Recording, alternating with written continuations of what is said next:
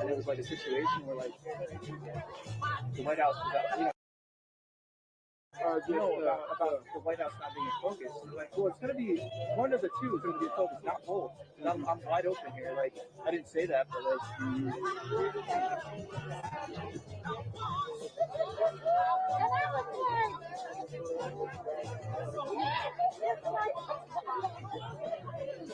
We're at 1.7. Yeah, and there's something that's like 3 blocks behind them. It's not going to be focused, but they're in focus. Every time I've done it, I just something. It's always something. So I was like, they don't want that. It's self-production. Gotcha. I think I've shot one interview. Oh, really? Yeah. Well, no, I guess you don't like Brian Cole? I went out with Brian. I went out, I think, one time, and then I went with Jeff Bellamy one time. Did you ever shoot a package? Have you shot a package or elements for a package? I don't think so. Oh, wow. Yeah. You do that mostly when you're on the road, or do you do it here too? I did both when you were at back. So it's so crazy. I actually did a news source package. Well, I had to do an interview and got some B-roll. Yeah. And then what did I do? I shot a package with Sunland. Oh, you still? No,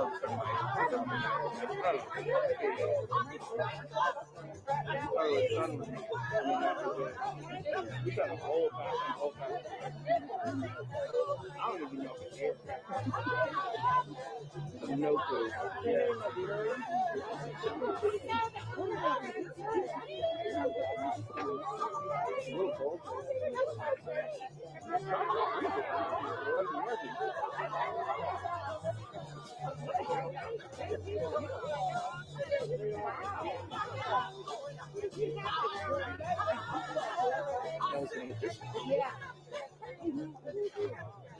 I thought it would be hot. I thought it would be cooler with the breeze.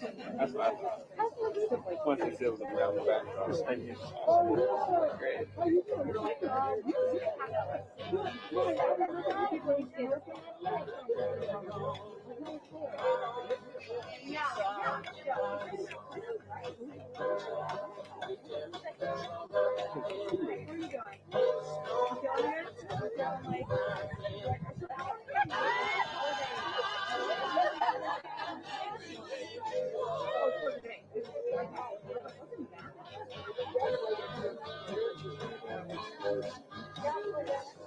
Did you have the shutter on when you shot those interviews too?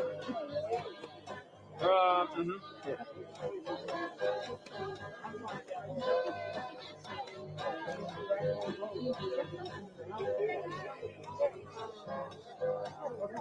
Those told me he initially said it. There was another interview I just said what? Oh, he's the one that brought it up? No, he didn't care. He was the producer and someone else, and they're like, and then I sent it. OJ just told me he was like, do it. You know, what you normally used to. That's kind of what he told me too. It was like 2 days later. I sent it straight to him. And then it was just like, and then he was like, man, different shows like that. And then after that, they did it one more time. Someone said something, and I was like, you know what? I don't know why you wouldn't want to see some good separation and depth, unless you're standing in front of something that's like important. But if you're in like a party, you don't want to see that. If you're like a asphalt and stuff.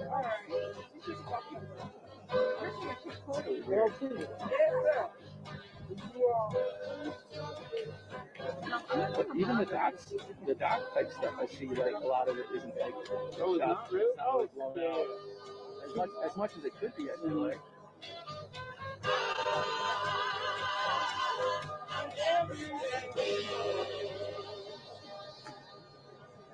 Did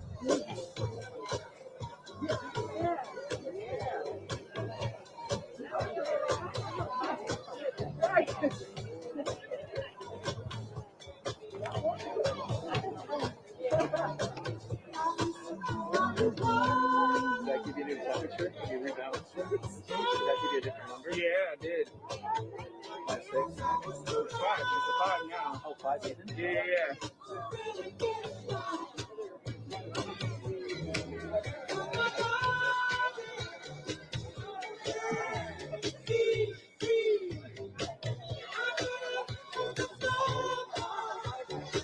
good? Yeah, I'm good.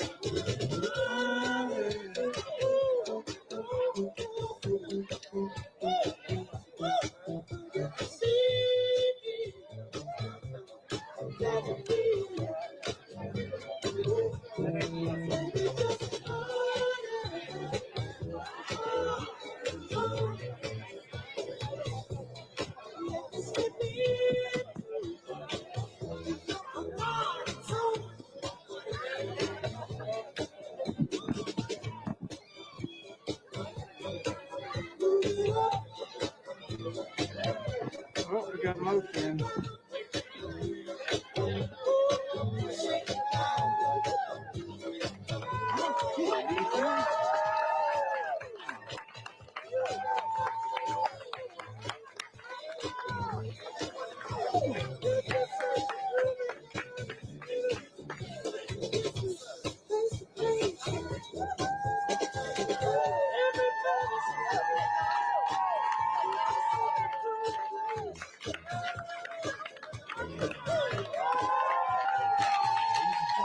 Please welcome to the stage, Allison Singh.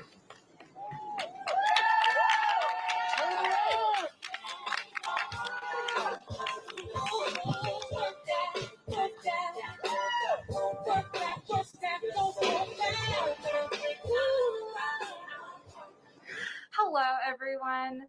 It is my honor and privilege to introduce our next Vice President Senator, Kamala Harris.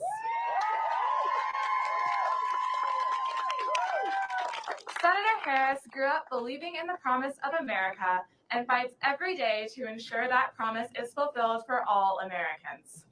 She started fighting for working families in the Alameda County District Attorney's Office, and from there, she became the first Black woman elected as San Francisco's District Attorney. In 2010, she made history again by becoming the first Black woman to be elected Attorney General of California, overseeing the country's second largest justice department, where she continued to fight for families, the LGBTQ community, student borrowers, and our environment. Since joining the Senate in 2016, Senator Harris has continued her fight for all Americans. As a member of 3 powerful committees, Intelligence, Judiciary, and Homeland Security and Governmental Affairs. Senator Harris graduated from Howard University, where she was in the Alpha Kappa Alpha sorority and earned her law degree from UC Hastings College of Law. She continues to fight for all of us, break glass ceilings, and make history as the first Black woman to be on a presidential ticket. Ladies and gentlemen, please give a warm welcome to Senator Kamala Harris.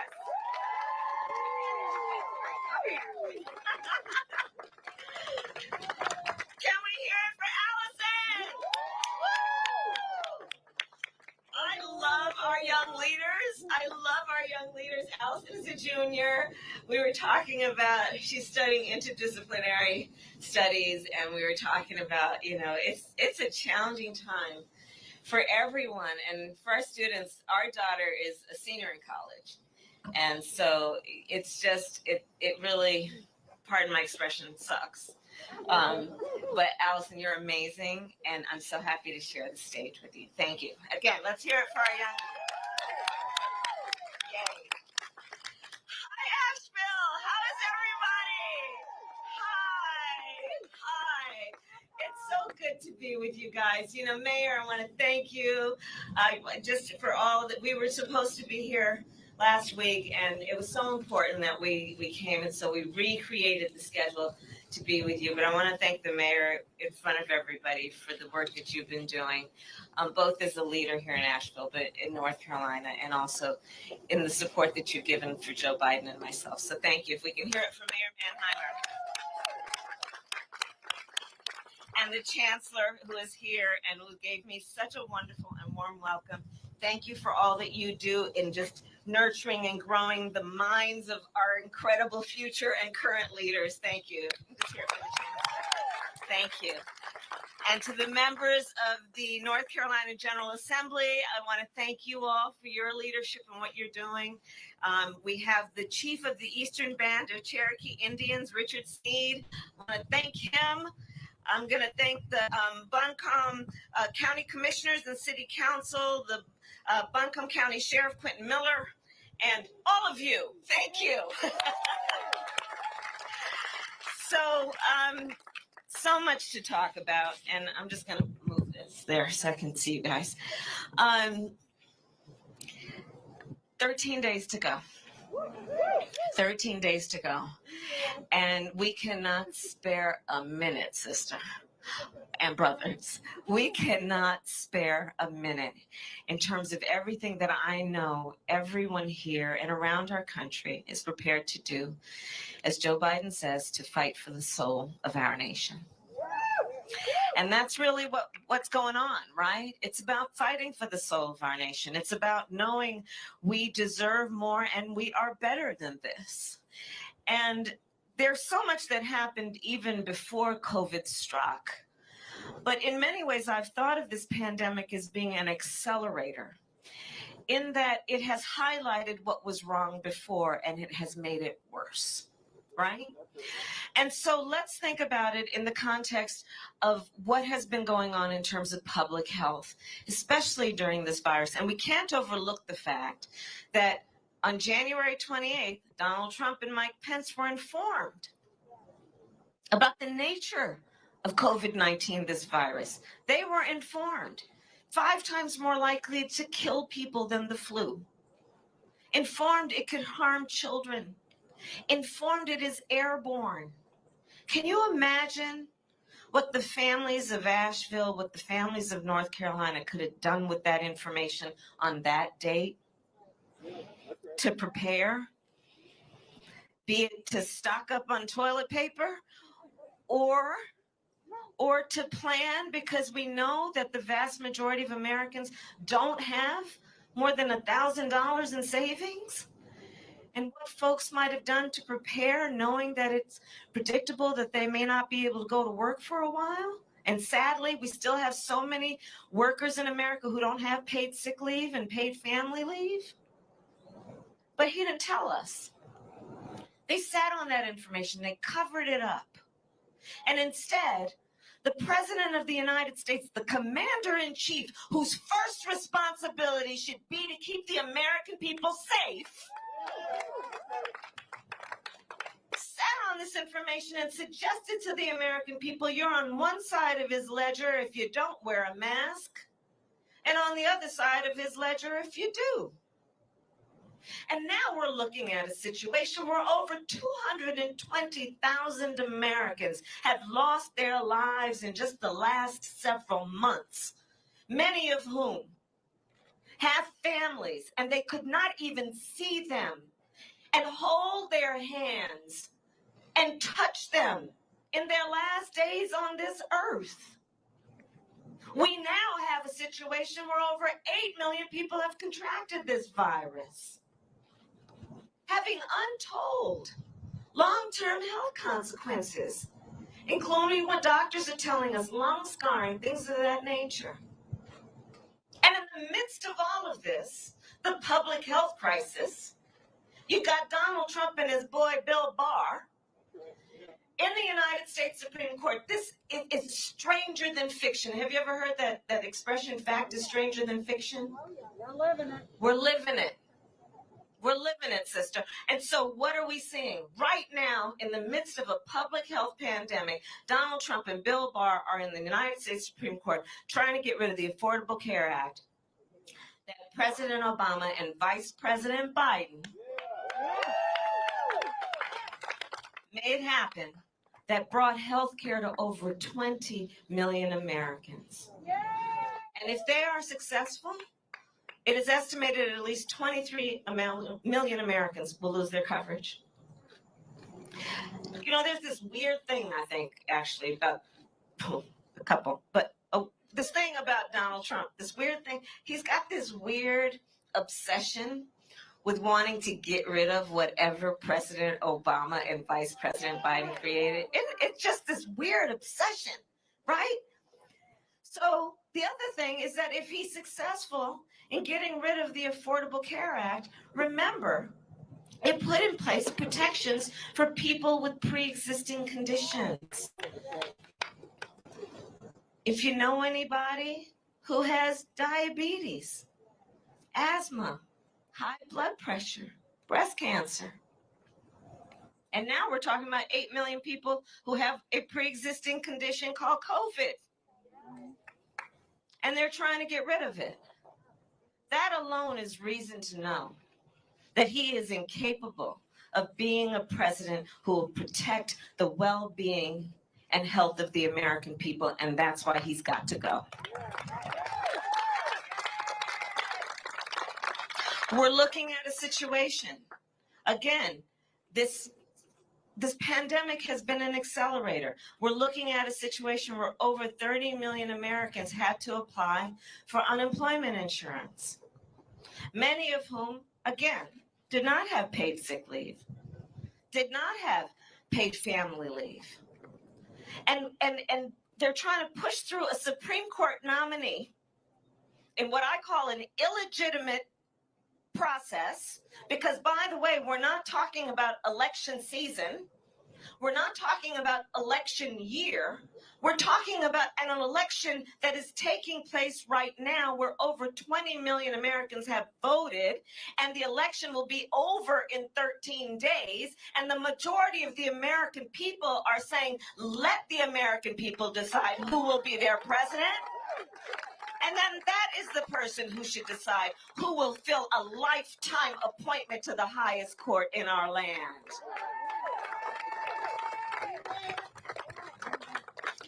But yet they're trying to push through this nomination. I serve, as Allison told you, on the Judiciary Committee. I will say publicly, I will oppose her confirmation for a number of reasons that include the illegitimacy of the process, that include the right of women to make decisions about their own body and their own reproductive health care, that include the need to maintain the Affordable Care Act, but they're pushing this thing through. Now, while there is a bill sitting on a desk that's been sitting there for 150 days called the HEROES Act, that would bring relief to all of these people who are suffering right now, who are in food lines for hours. The 1 in 5 mothers in America who is describing her children under the age of 12 as being hungry, who need an expansion of what we're fighting for in that bill. SNAP benefits, you know what that is? We used to call it food stamps. It's what people need when they're hungry. But they're pushing through this nomination instead of the Senate Republicans saying, vote on that bill, including one senator from this state. You know what I'm talking about. So this is what we're seeing, and this is why we need Joe Biden to be elected president of the United States. Because on the one hand, you have Joe Biden, who was one of the creators and one of the reasons that we have the Affordable Care Act, who will make a commitment, has made a commitment to you, North Carolina, and the American public, that he will expand coverage, that he will expand health care, bring down the cost of premiums, bring down the cost of prescription drugs, lower Medicare eligibility to age 60. He is saying, I will expand healthcare, understanding for too long we've been pretending healthcare is about a body that starts from the neck down, but we need to also deal with healthcare from the neck up. That's called mental health care. And on the other hand, you have Donald Trump, who's trying to sue to get rid of it. On the one hand, you have Joe Biden, who says, you want to talk about how we measure the success of the economy? Well, we measure the success of the economy based on the health and well-being of working families in America. On the other hand, you have Donald Trump, who passed a tax bill benefiting the top 1% and the biggest corporations of America, which will lead to a $2 trillion deficit. Joe Biden is saying, I'm not going to raise taxes on anybody who makes less than $400,000 a year. He's saying, I'm going to make sure first-time home buyers get a $15,000 tax credit to help them with down payments and closing costs, knowing that home ownership is one of the greatest ways that you create wealth in American families. On the one hand, you have Joe Biden, who says we've got to deal with supporting the public schools of America, and we will triple Title I funding for those schools that are in the highest needs communities with the lowest tax base, because the children of those communities have a God-given capacity to be nurtured and to thrive, but we need to give them the resources. On the other hand, you have a Donald Trump who put Betsy DeVos in office. On the one hand, you have a Donald Trump who has been rejecting science from day one, rejecting science on the issue of this climate crisis, which is threatening our very existence, rejecting science on the issue of this virus. And on the other hand, you have a Joe Biden who embraces science, who will be a leader, who says that the public health experts must guide the policy decisions we make on all of these issues that literally threaten the health and well-being of the American people. So there are very clear choices here. And the bottom line is, I do believe the outcome of this race will, in very many ways, be decided by you, North Carolina. It will be. And in that way, the choices and the decisions you are making will impact people around the country. In that way, what you are doing to vote, and vote early, is going to impact people that you may never meet and people who may never know your name, but whose life will forever be changed because of what you are doing. And so I'm here in North Carolina, 13 days, back in North Carolina, but 13 days before this election, to thank you for what you all have already done and what you're committed to do.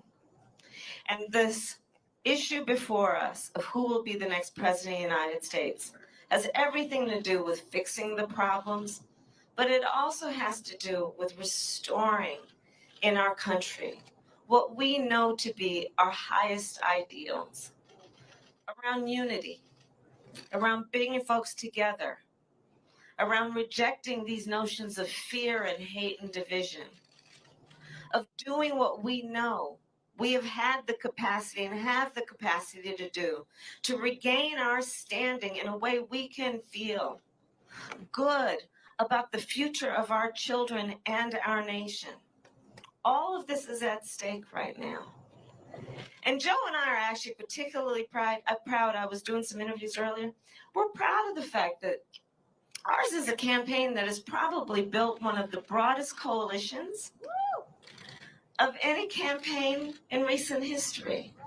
We've got the support, yes, of Democrats and Republicans and independents, people of all walks of life, all races, right?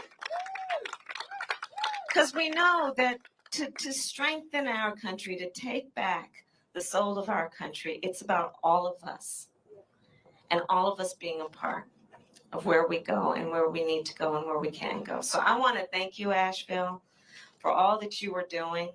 13 days to go. We don't want to look back in 14 days and have any regrets, you know? And I guess my last point is this. This moment will pass. And years from now, our children, our grandchildren, others, they're going to look at us. They're going to look in our eyes, every one of us, and they will ask us, where were you at that moment? And here's the thing. What we will be able to tell them is more than just how we felt. We will tell them what we did. We will tell them we were hanging out in this parking lot in Asheville with the mayor and all these incredible friends and neighbors, and we will tell them how we organized, how we made sure that people know what's at stake, how we reminded people that none of us is alone, we're all in this together, and we will tell them about what we did to fight for the soul of our nation. Thank you all. Thank you.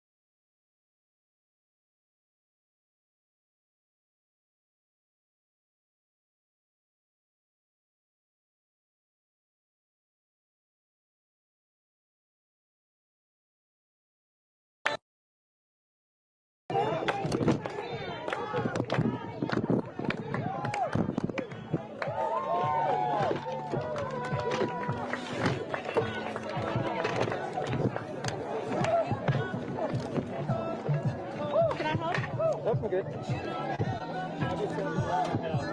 Ready? Yeah. All good? Okay, guys. We gotta head up the hill. Ladies and gentlemen, Okay, let's wait. You're good. Copy. None of these people are. These are. These people. Are we ready? Are we set? Yeah, we can go ahead and start leading them. I'll have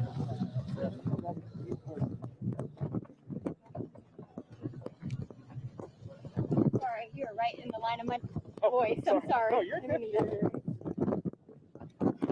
Keep to the right.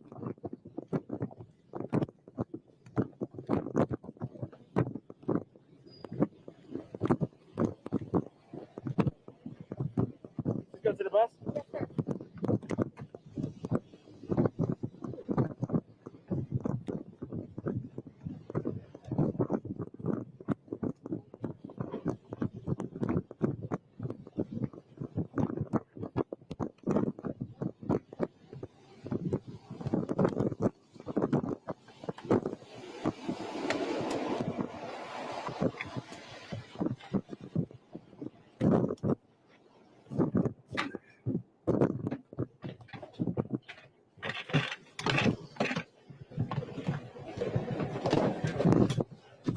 Oh, it's leaking.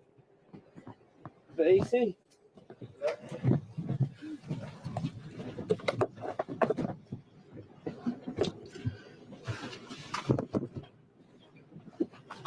Oh, the air conditioner has removed one of our seats. I don't think anyone's sitting there. This one feels good. Yeah, I just like my your seat. Oh, damn.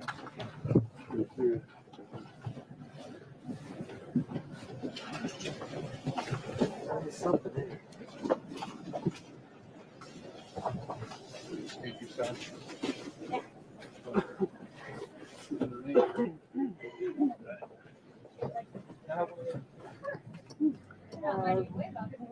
About $1 million dollars. Yeah, me too. You want more water? Senator, we're going back to the airport. Wow. Somebody got really. What's her wheels up time? On the schedule as 1:45. 1:45, but We'll probably be closer. Yeah, great. Okay. Have you found the air conditioning now? Yeah.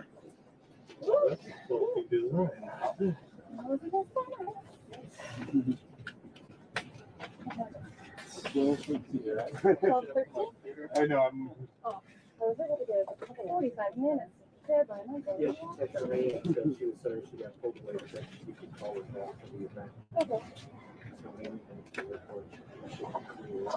Give her a call. Oh.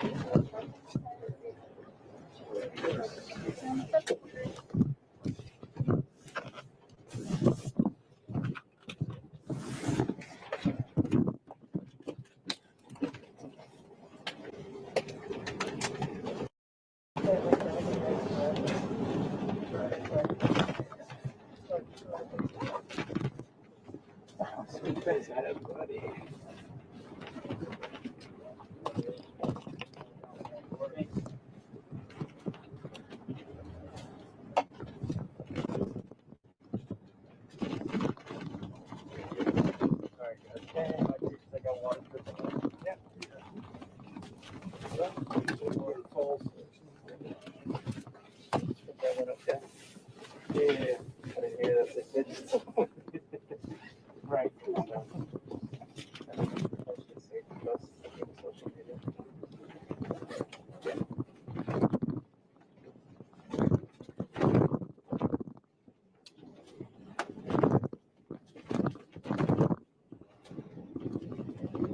Did you ever take the airport and then hold it? Yeah, we're just gonna hold for.